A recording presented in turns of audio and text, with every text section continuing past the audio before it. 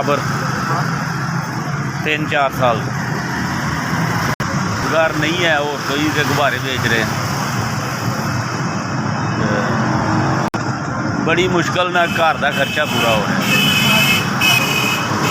300-400-500 रुपया। 2 बच्चे ने, एक कुड़ी है एक मुंडा। हालात 400-500 च केड़ा गुजारा होंदा है? इहो जे 400-500 च जेड़ा गुजारा होंदा वही हालात है।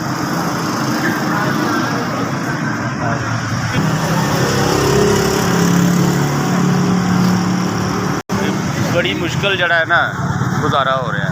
10-10 के गुब्बारे बेच के 700-800 रुपया फड़ीदा है। 700-800 के विचों 300 बचता है। वो किस तरह गुजारा असीं करदे पे हैं सानू ही पता है।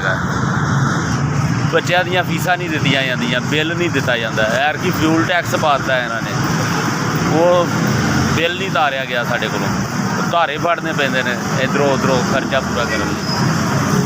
मोबाइल नहीं है मेरे को।